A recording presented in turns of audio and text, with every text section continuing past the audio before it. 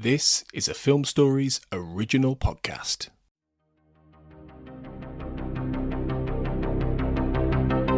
This is Writers on Film, the only podcast dedicated to books on cinema.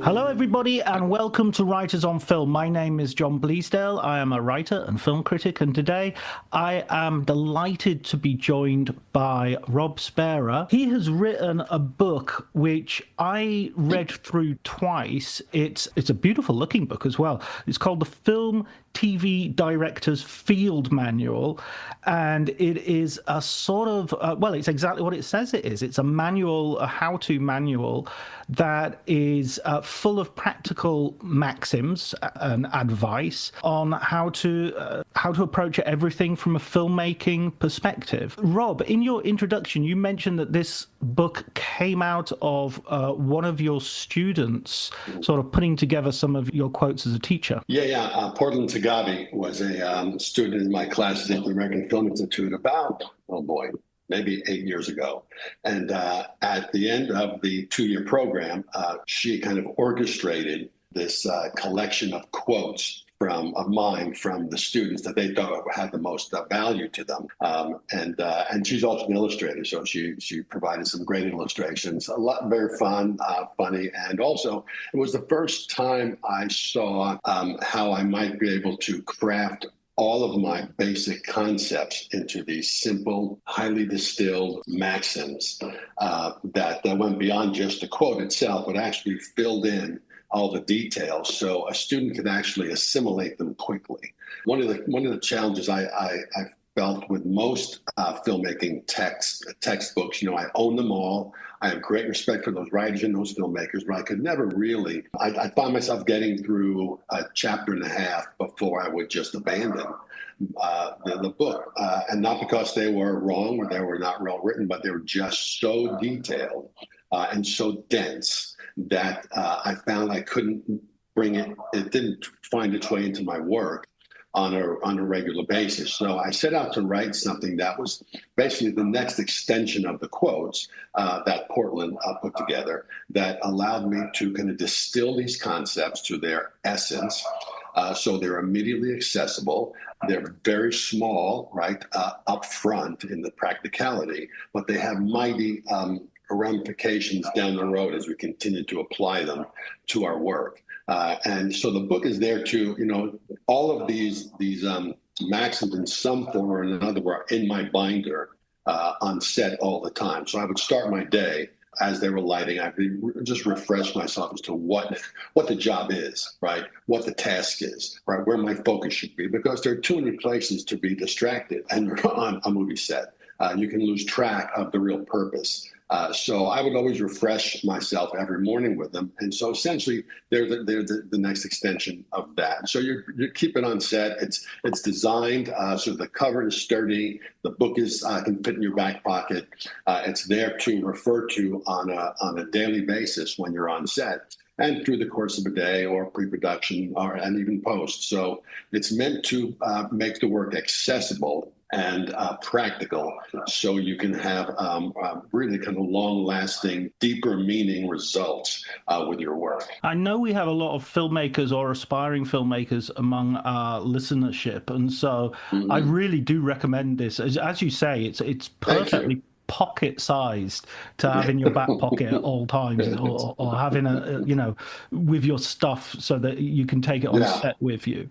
Absolutely. Could you tell us a little bit about your background in terms of your introduction into filmmaking? And you mentioned already that you were in AFI both as a student, I think, and then you went later on as a teacher. Yeah, I actually started out as an actor, and I studied with Stanford Meisner in New York. And I thought acting was it for me. And then I discovered directing, because what I essentially did, I was a young character actor. I wasn't getting any work, and I didn't want to wait 20 years, right, to learn just the craft in total. So I started producing theater so I could actually work. And so I would produce so I could act, and then I kind of stumbled into directing in these producing jobs. And once I started directing, I realized there's no going back. So I started producing that around, small productions around New York, and then within a few months, I was directing all over the country. Started a stage directing career, but after about 6 or 7 or 8 years of that, you're working at the best theaters, but you're also going broke. So I knew that eventually I wanted to find my way back to movies, which were my first love, right? And that was I did a lot of, I basically stopped working for about a year. I did a bunch of research. And I wanted to figure out where's the best place to be. I wanted to be at a place where I could further my directing craft as well as build a business profile. And I generally always use a 5-year plan in these transition periods, especially. So the 5-year plan set out, I wanted to be directing feature films within that 5-year period as I was leaving the theater, and all by design. And then I figured out the American Film Institute had the best training, which it still does, I think, and also it has a high business profile. So that seemed the place to go. I applied, got in, and went there. But most importantly, I've always had this attitude about not going to the industry to be validated. I've always wanted to just do the work, especially in those early years, my early 20s. So I did that in theater. I just started producing so I could learn. I wanted to be learning the process, not working at a bar or a restaurant. So in the early stages, I just started teaching. I don't know what the hell I was teaching, but I started teaching. And that's something I've kept, right? I have never stopped teaching in the past 40 years, because that's where all the learning takes place for me, for the most part. Once I finished film school, I wanted to create the same thing I had in theater. So I set about directing a string of low-budget B movies. And I treated that with the same intensity I treated my training at the American Film Institute, which I always went into each project knowing what I was going to be studying this particular time. I took very accurate records. I would compare my wins, which were a few, and then also my mistakes, big and small, and then try to fix them in the next project. So it was a long period of, not long, probably about 20 or 25 low-budget features in which there were no adults, supervising. As long as I delivered the genre requirements, no one cared. So I could do whatever I wanted. I could experiment in any way I needed to. And that gave me the opportunity to build my craft. Now, much of what is in this book, was all kind of starting to cobble together in those early years. And the key is, that was also part of a 5-year plan I was working, where I wanted to build this little film school for myself. But then it came time to leave that behind, So I directed a lot of movies that would never see the light of day beyond, the rack at Blockbuster at the time. And important to note that I treated every one of those projects as if I could take them to the Academy Awards, right? Now, I knew we were not going, I didn't buy a tux, but I had to bring that kind of a mentality to set, I never looked down at the material, the people I was working with. I was always trying to elevate, to find a way to preach, those sermons, and because you're not going to learn anything if you don't show up, fully, engaged, and trying to make that script that you have not a lot of faith in terms of its basic, storytelling, and make it as best as you possibly can. So I think that attitude is where I was able to learn as much as I did, because I always tried to elevate everything. But then it came a point where I had to stop doing that. I said, okay, now we're done. You've learned. You're done. You will continue to learn to some degree, right? But you've got the basics now. And basically, my 5-year plan, which became an 11-year plan, basically said, I will never, ever, ever again be on a movie set unless I can speak for the material in my own voice. All right. And I said, I don't know how long that will be, but that's the vow I made in that 11-year plan. And what turned out to be an 11-year plan. And in the meantime, I started directing television so that I could just stay fresh, keep working.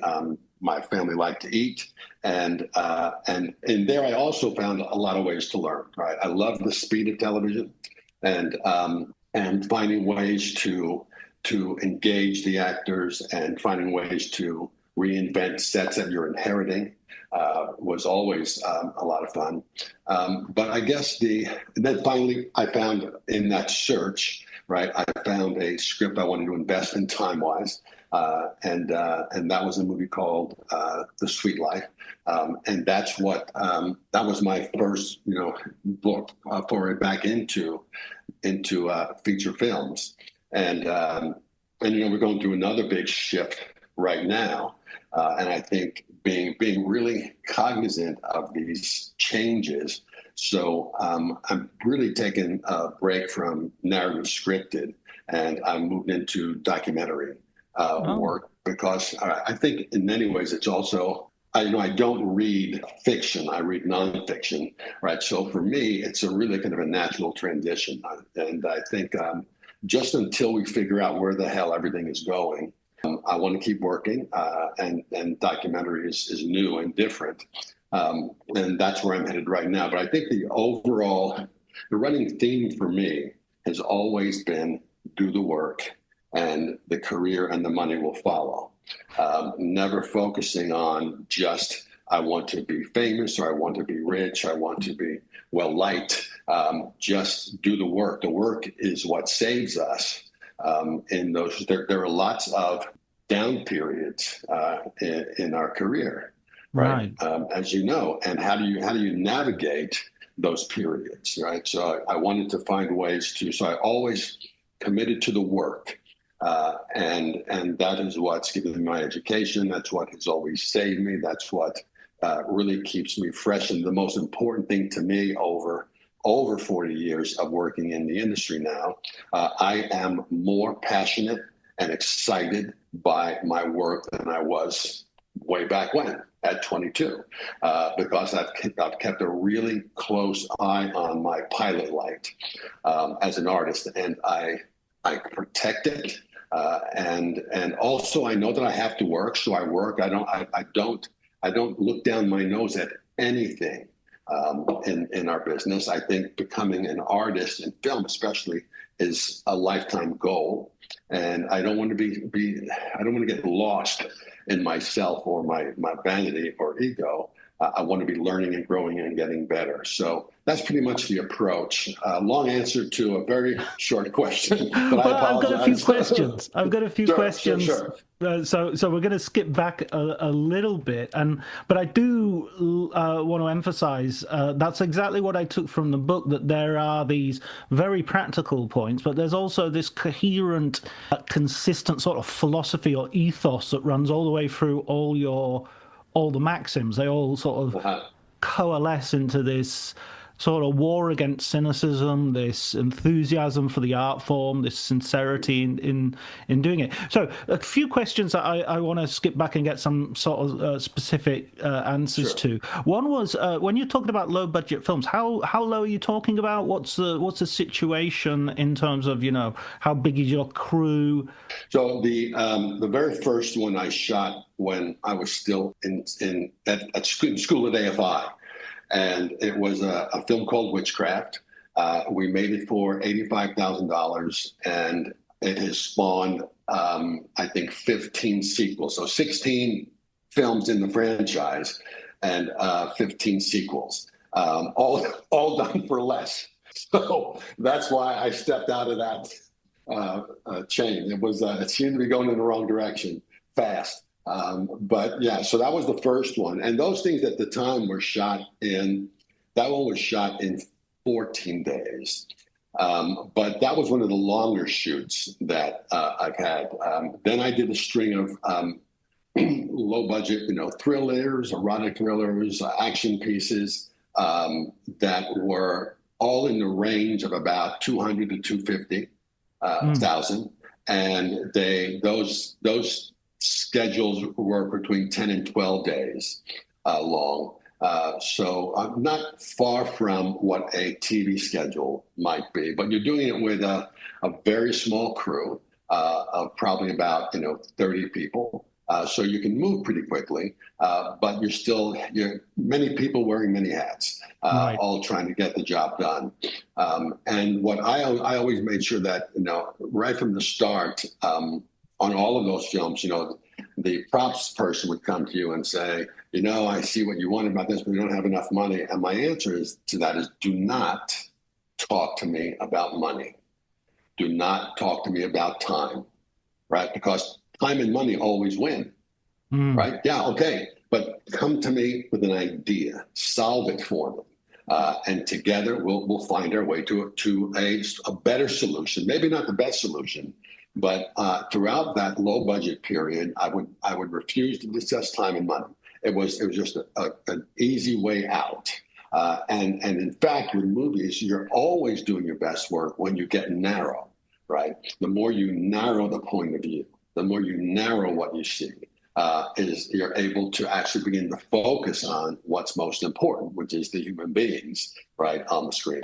And I think that is really one of the key things I took from those very tight schedules. And I loved working because you're always you have so few backup plans. There are always problems, people coming late, people not showing up, people not really being good at what they do yet.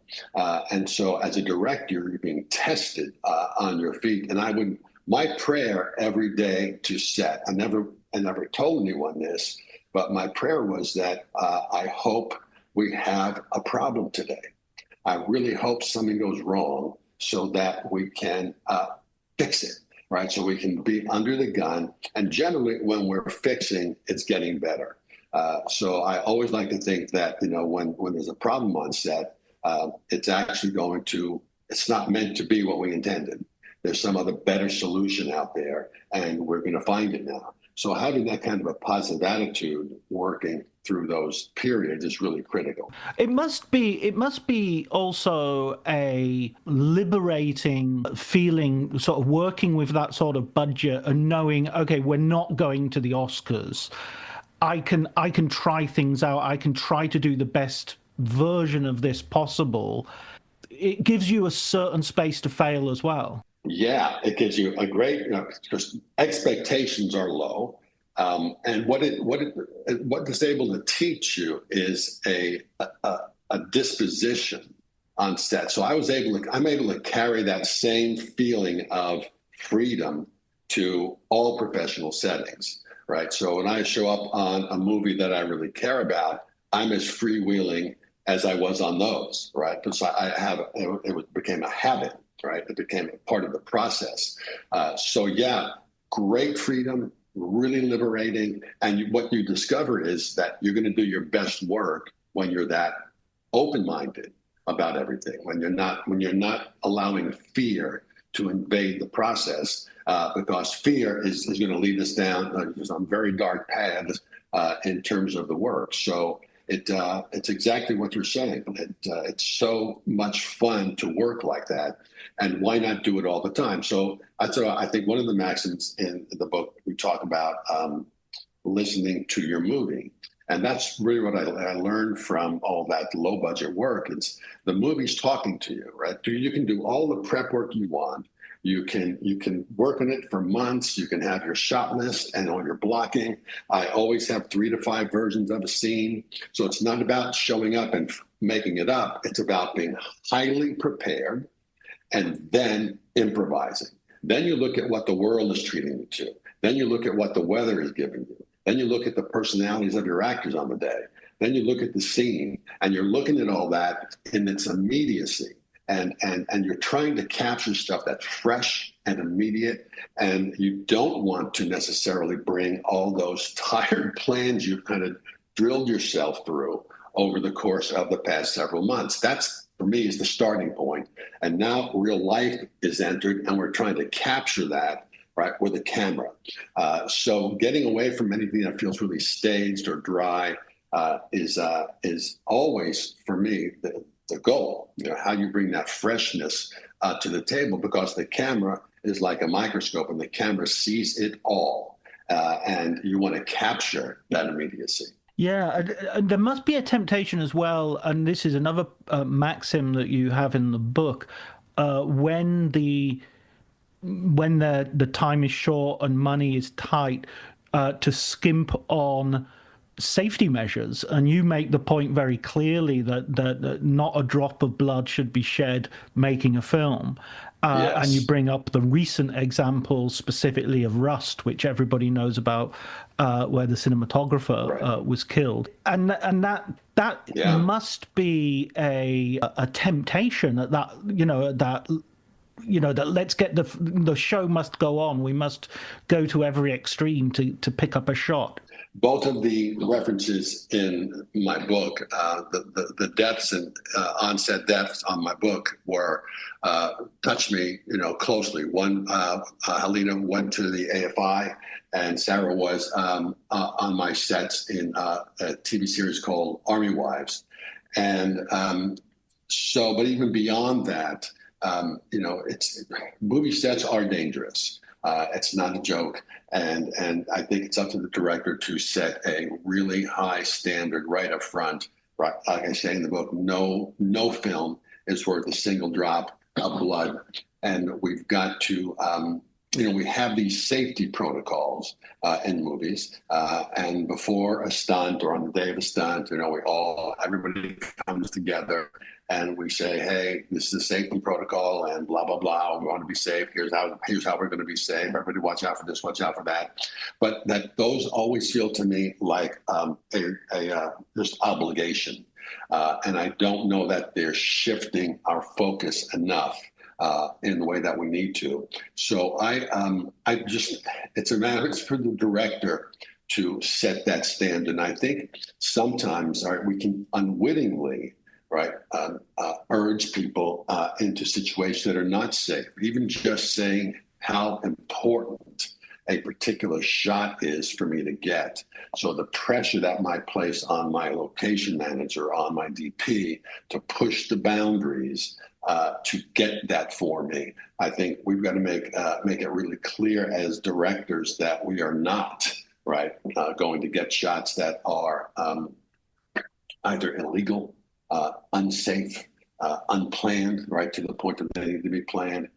We've got to be a really vocal proponents right up front every day and make sure that everyone's there taking their best shot at safety, because that kind of laziness that kind of laziness can really set a tone that trickles down all the way to the PAs, and you can find your people in unsafe conditions before you know it.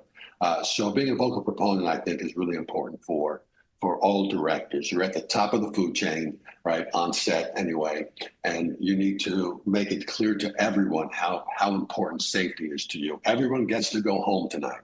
That has to be a rule. Absolutely, absolutely. And I think, again, with your book, there is a sense that you are trying to rectify a sort of image of the director that maybe was sort of established in the 1970s as this sort of, maverick genius who shouts at everybody, and I don't want to hear excuses. I want, takes hundreds of takes to get the perfect shot, the perfect wave or whatever, and doesn't and it's obnoxious. Obnoxiousness as a sign of genius. And your point is, no, you've got to learn people's names. You've got to treat people like human beings. You'll get more out of them. Yes, yeah, and you want to create a community that you'd like to be part of. When you set out to make a movie, you have this a community of artists coming together, and you want to create a tone of positiveness, of openness, of support, of love, and you don't want to, because otherwise you're going to create a community that is not fun to be a part of, number one, and two, you're not going to get their best work. They're going to be afraid to come to you with crazy ideas, unorthodox ideas, and you want to be able to encourage them to do that. You don't want to stay in a very linear plane when you're working. You really want to encourage a thinking outside the box mentality, but that doesn't happen when people are scared. People think they're going to be demeaned or fired. You really want to, your job is to, I think, to point the direction, point to the vision, and then let your coworkers carry you there, right? Let them, right, participate. Otherwise, what is the fun in it for them? What do they get out of it? And, whenever I've done that, my movies have always prospered. It's when I had to be the smartest guy in the room, where I always had to be in charge. I put the badge on. It was more about my ego and vanity than it had to do with actually making a movie with human beings, about human beings. So the idea is to shift away from that, and you really put your finger on it. Because I don't really say it out loud, because I had a specific maxim about this, but I thought it went too far. But I'll share it here with you, since you've identified this. I really am not a fan of the auteur theory. Right. I think it's a fucking insult to so many talented, skilled filmmakers, right, to put your name above their work and say, I made this. Well, not really. You pointed the direction, and you helped keep us on track. But all these people, they brought contributions to the table that are seen and unseen, and they need to be recognized.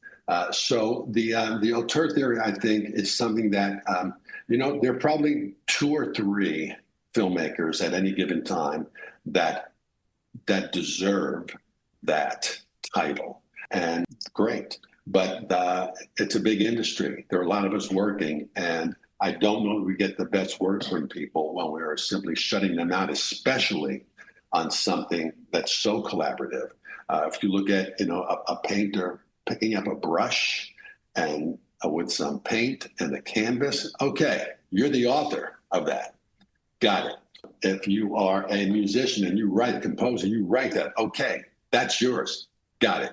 But movies, there are so many moving parts. There are so many ways to contribute, even if you're just listening to the director, right? Even if you're just providing sounding board, right, through your point of view and nodding your head as they speak. That's collaboration. I don't need to speak up and say, no, do it this way. Just simply speaking to me, bouncing the idea off of me, seeing the look in my eyes, seeing whether I smile or not, seeing my reaction, or nodding my head, or shaking my head, right? So I think we've got to let go of that for a number of reasons. And if you still want to keep it from a very self-serving reason, the work gets better when you open the door, right, in this way.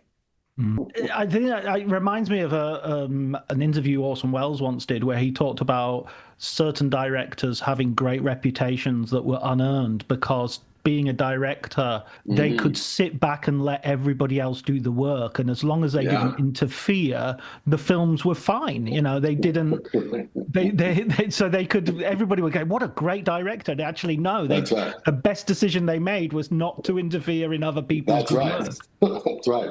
Stay in the dressing room. We'll take care of this for you. Absolutely. One of the elements of filmmaking, television, and theatre, obviously, is obvious. One major element is going to be your actors. And I loved the section you devote to directing performance. And again, it sort of goes with this idea of lightly, not to to approach laterally some of the problems. You're not approaching them head on. It's not confrontational.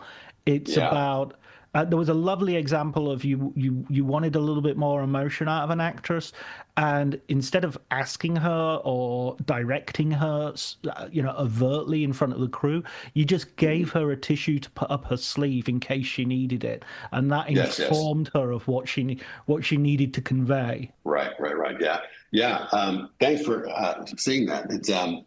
It's really. First, you have to understand, I think, that the camera is like a microscope, and the camera sees everything. It sees direction. It sees when you're just kind of puppeting the actors, and you don't get the best. And if you're asking directly, especially when we're talking about emotions, we can't approach them directly. We've got to approach them indirectly, and usually through the use of props. And also with the understanding that emotion in the actors is not required. It's emotion in the audience that's required. And we tend to construct those things. So for me, instead of telling the actor that in the scene you're talking about, she plays a lieutenant colonel, and she's giving a press briefing regarding a bombing that had taken place nearby that her husband was actually injured in, and she doesn't have any real knowledge yet as to what his condition is, if he's going to live or not. So while she's giving this briefing, she has this on her mind, and one of the challenges, right, is making sure the actor is committing to the objective at that point, which is to communicate information and not just get lost in the emotion. And the other thing is, as an actor, whenever she put the uniform on, it stiffened her, right? She got stiff in the process. She felt this obligation to become more, I guess, military-like or masculine. And it stifled her very great emotional process. So I wanted to give her something because it's a big scene. It's 150 extras. I wanted to give her a way to look through, right? Just as a gentle reminder that this scene also has some emotional values in it. So right before we ran, I just ran up to her and I slipped a Kleenex tissue in her sleeve, as you pointed out. And I said, just in case. And what it told her, in a sense, is that, there's an emotional value in this scene. It's part of this. It's not that important, but just know that it's there. And that tissue is what softened her and gave her, another window on all of this. And I think it's important too, right? We don't think enough about how to use physical elements or props. It's movies are visual storytelling, right? And when we commit to that storytelling visually, right, we can move an audience. And I think it's most of the way I like to work is to not talk about the scene. Film scenes are very short. They are 2 minutes long or 3 minutes long. They're generally simple human transactions that the actors have lived through many times before, right? They're very easily contained and controlled. So there's scenes of interrogation, scenes of reconciliation, love scenes of seduction. They understand them. And so what you want to do is not talk about the scene and all of its values. You simply provide them with the blocking that's going to frame the beats that informs the performance. So we're really not directing performances on camera. We're actually informing performances on camera. And the blocking is the way we frame the beats and what their objectives and obstacles are. And we're essentially empowering the actor to take it to the next level. I don't want them to do what I do. I don't want them to think of it in the way I would think of the scene. I want them to actually follow their own instincts. So in my rehearsals, I always start each rehearsal in this way, which is to say, I have some ideas about the scene, but I'm going to need your help with them. I think she comes through the door. I think she sits at some point. I think she goes to the bar and maybe she makes a drink. I'm not really clear on that. And then she might stop at the window at some point, and there's the blinds there. Maybe she closes them. Now, from a preparation standpoint, I know exactly where I want her to do all of those things. I know exactly to the blink of an eye how I think that should work. But what I want to do is empower her, the actress, to walk that path, right, using her own instrument and find out where and how and when all those things happen because it keeps them alive and fresh. They're not being manhandled and pushed around the set.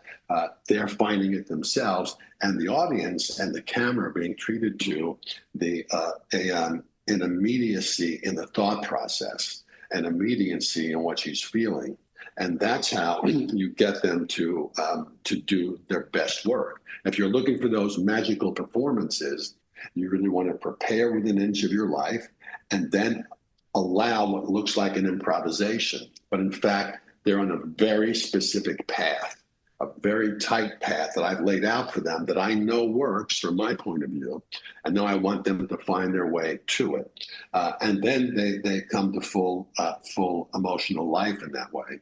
Otherwise, you're inserting yourself into the work in some cases, just because you think it's going to work better, or our ego gets involved, and you think there's only one way to solve a scene. But I trust by now that I'm never the smartest person in the room, and I really want to lean on the people around me to I'll do all my work. I want them to bring the work to the next level. I have so much admiration for actors having been on set and seeing just how unnatural an environment it is. Yes. So it feels like there's a behind the scenes picture of Stanley Kubrick directing Dr. Strangelove, and it's a scene with the only female character, the secretary in a bikini on a bed, and the camera is above her, and it's gigantic. And the way she plays that scene when you watch the film, the best bit of acting she does is the fact that you don't know there's a massive camera above her that is watching her. You know, she looks like somebody's lying on a bed. Exactly. The amount of pressure on them, right? As just the size of the equipment, all of the theatrics happening, right on the other side of the camera. And then they have to kind of etch these really frail human emotions. It's when they can do it well, it's a beautiful thing to watch. Absolutely. And you talk about one of the tools in the director's toolbox as being the silent take, which is, I published recently a book about Terrence Malick, and this was a technique that he used many times. And I think Days of Heaven is almost entirely made of silent takes, in fact. Wow. Yeah. So this is it's interesting to read it in your book as well as this possibility for a director to get a lot of material. Yeah. I love that Malick did. I'm a big fan, and to know that it's been done for. I preach all the time that basically all these tools have existed for over 100 years, right? They've been used, right? No one of us is actually inventing anything new, but there are some tried and true principles, and the silent take is an amazing piece because where dialogue is not the most important factor in a scene, the writer will tend to overwrite because they're not fully aware as to what the visual elements will bring to the table. And then the actor gets lost sometimes in just the dialogue. So a scene in many cases, if you allow the actors to run a full take on camera silently, it's going to force them to stop thinking about dialogue and think about what's actually happening between me and this other actor and what's happening in the scene. And they tend to focus there. And so I think performances improve. I also think that we get additional material, pauses, that are really filled with tension, and have to do more with not what's said, but what's left unsaid, so that their performances are even more enriched in the cutting room. And the silent take is used to give us. For me, I also use it to give me insight into whether or not the scene is working. Because if I can do a silent take and strip out all the dialogue, if I don't have full support of the visual storytelling, if the camera's not photographing the subtext, if I don't have props that are actually important symbols representing the subtext as well, then I don't have a scene. And it reminds me, you know what? You're either missing blocking or visual story points or props that are helping you to tell the story here. So the silent take ends up working for us in so many ways in the work. Even if you have a rehearsal period, it's going to help you as well to target where the weaknesses in the scene might be. Yeah, and in terms of blocking, that also is a really interesting part of the book when you're talking about blocking and framing and what exists within the frame, and also the idea of trying to make every scene into a oneer, and then changing it up and dividing it when you're sort of forced to, or getting extra coverage. I mean, I think the oneer is risks to some degree becoming something of a not a gadget. What's the word? A gimmick. A style. Yeah, I absolutely. I agree. Although I did recently watch I Am Cuba, the film from the 1960s, which has some single shots which are as impressive, if not far more impressive, than anything I've seen recently. I agree. Magnificent. So I wanted to ask about those. You talk very much about preparation. In fact, a huge amount of preparation you do in terms of knowing exactly what shots and how you're going to block a scene in multiple ways. How long does it take you to prepare for a film? I mean, especially with TV, you can't have that much time to do the preparation. Well, in the beginning, it took longer, right? Where as I was learning the craft, and part of that, when I did that low budget period of my life, that was that really helped. So I could think on my feet. I wanted to be able to think on my feet really quickly, and so now it's partly my level of experience allows me to move very quickly on a scene that that I may have I want 3 to 5 versions of it, and usually I do know that the first version of a scene is not the most interesting, or it's something I've seen in someone else's movie, and it feels right because it is right. It works because someone else figured it out. So I'm really trying to go from what is probably just what's sitting in the very front of my brain and move myself through the work so that I get something that is going to not just be interesting or tell the story, but actually be entertaining. And then the last, maybe the 5th version, if I can get it there, is a unique version of it. So it's a process of moving through, and I can, because I know how my brain works these days, I have enough experience, I can do that pretty quickly.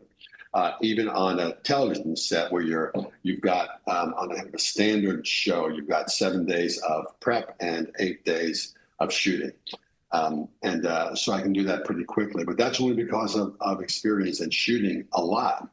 I don't think we have. I know that I have a lot of respect for the job. I'm in awe of what it takes to do it really well.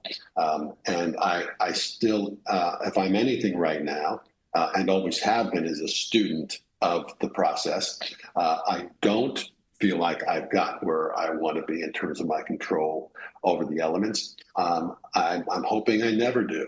I'd be really sad if I got to the point where, you know what, I figured this out. Right? There are too many moving parts that need to be coordinated in a certain way, in a certain order, at a certain time. for all of our work to come together and be its best. So I'm always looking for ways to get to those ideas quicker and faster. And because of my experience in all of those low budget films, I just learned to do it really quickly now. But it didn't happen accidentally. It was really, I was focused on that. That was the point. And that I wasn't doing those films to make a little bit of cash. They really end up paying off down the road in speed and quality at the same time. I always have in mind those filmmakers like Rainer Fassbinder, who seem to manage to make 2 or 3 films a year. People with a huge turnover, and yet there's a French filmmaker at the moment, Quentin Dupieux, who seems to make a minimum of a film a year, and maybe even 2. Some years he's made 2, and he's got a side hustle as a musician as well. And I interviewed him once, and he was telling me, it took a month to film, less than a month to film, and then another month to edit, and it's ready. And I said, wow, a month seems a really short time to edit. And he says, he didn't understand what people were doing in editing suites for longer. He was like, why is it taking people so long? I get bored. That's great. Yeah. I understand that feeling. Like, the editing room for me, it's tough that way. Absolutely. Have you ever had it's a tough question, this, but I'll put you on the spot with it. Have you ever had like a nightmare situation where your maxims just don't feel like they're applying? They're not helping you out. Things are going wrong. It's when for whatever reason on any given day, where my confidence is flagging. And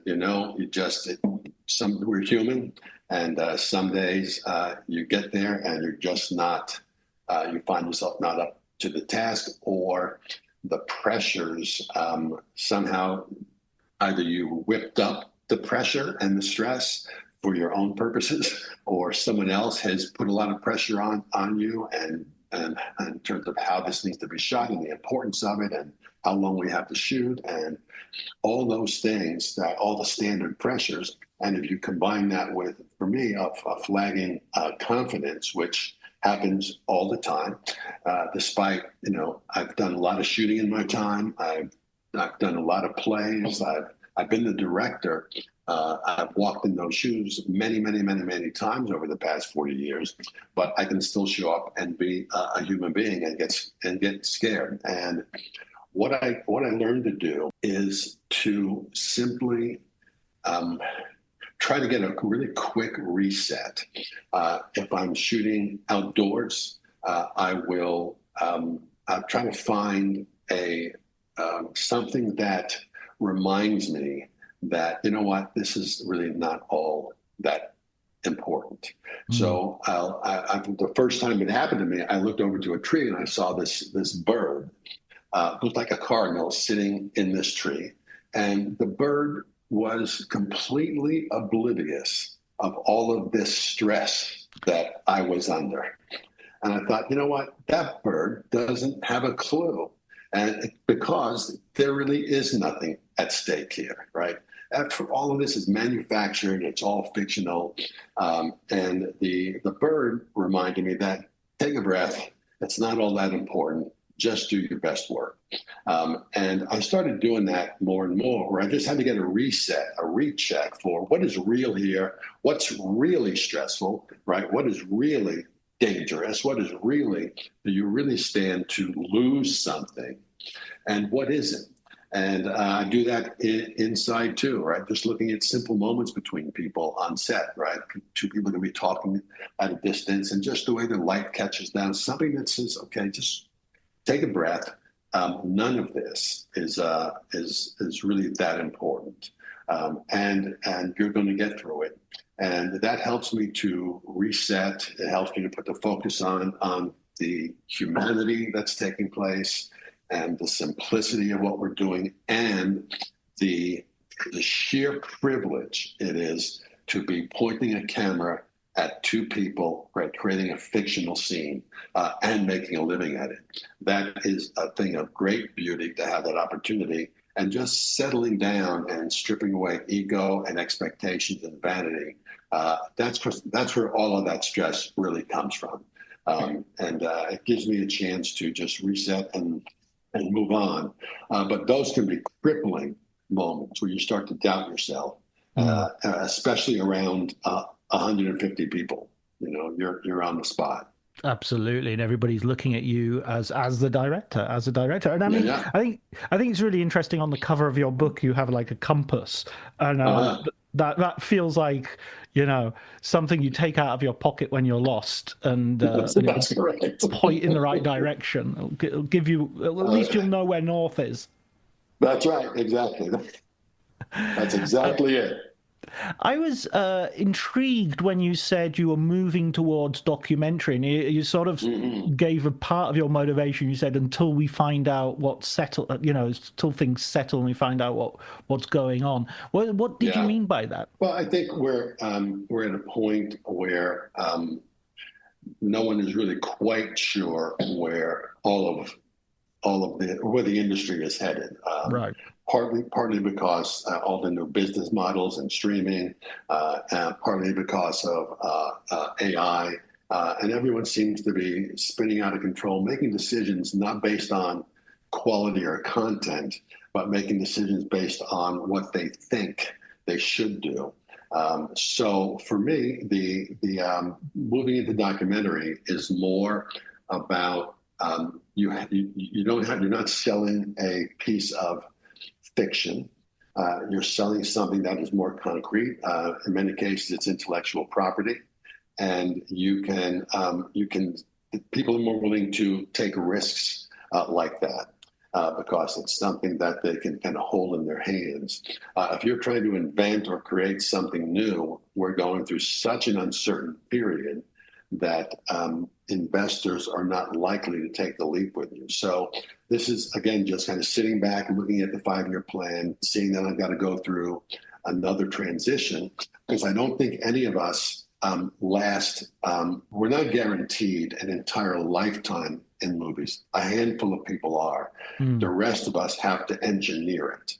We have to be willing to read what's going on, to be able to pivot, to understand how the industry is moving, and to be ahead of it.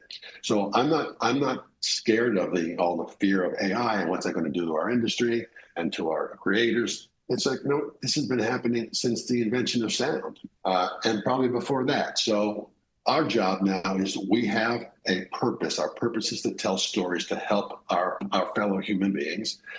We have to pivot and learn the new approach. In the meantime, while all of that's kind of being sorted through, I still want to continue to make product. I don't want to get lost in it. So for me, the documentary is a much easier thing to sell, because it's got a built-in, if you choose your ideas well, right, it's got a built-in self-promotion, and that's real life. And I suspect, although you can correct me if I'm wrong, it's the challenge for you is that it's a new discipline for you to learn. Yes, absolutely, and that's really an exciting part. You know, because it is so different, and you're following a story. You're not driving the story. You're trying to find where that story is most interesting and most impactful. So yeah, it's a little it keeps me off balance in a big way, and that's why I really appreciate and respect it to be able to after 40 plus years in the industry to still be, you know, a beginner, right? That's hard to do.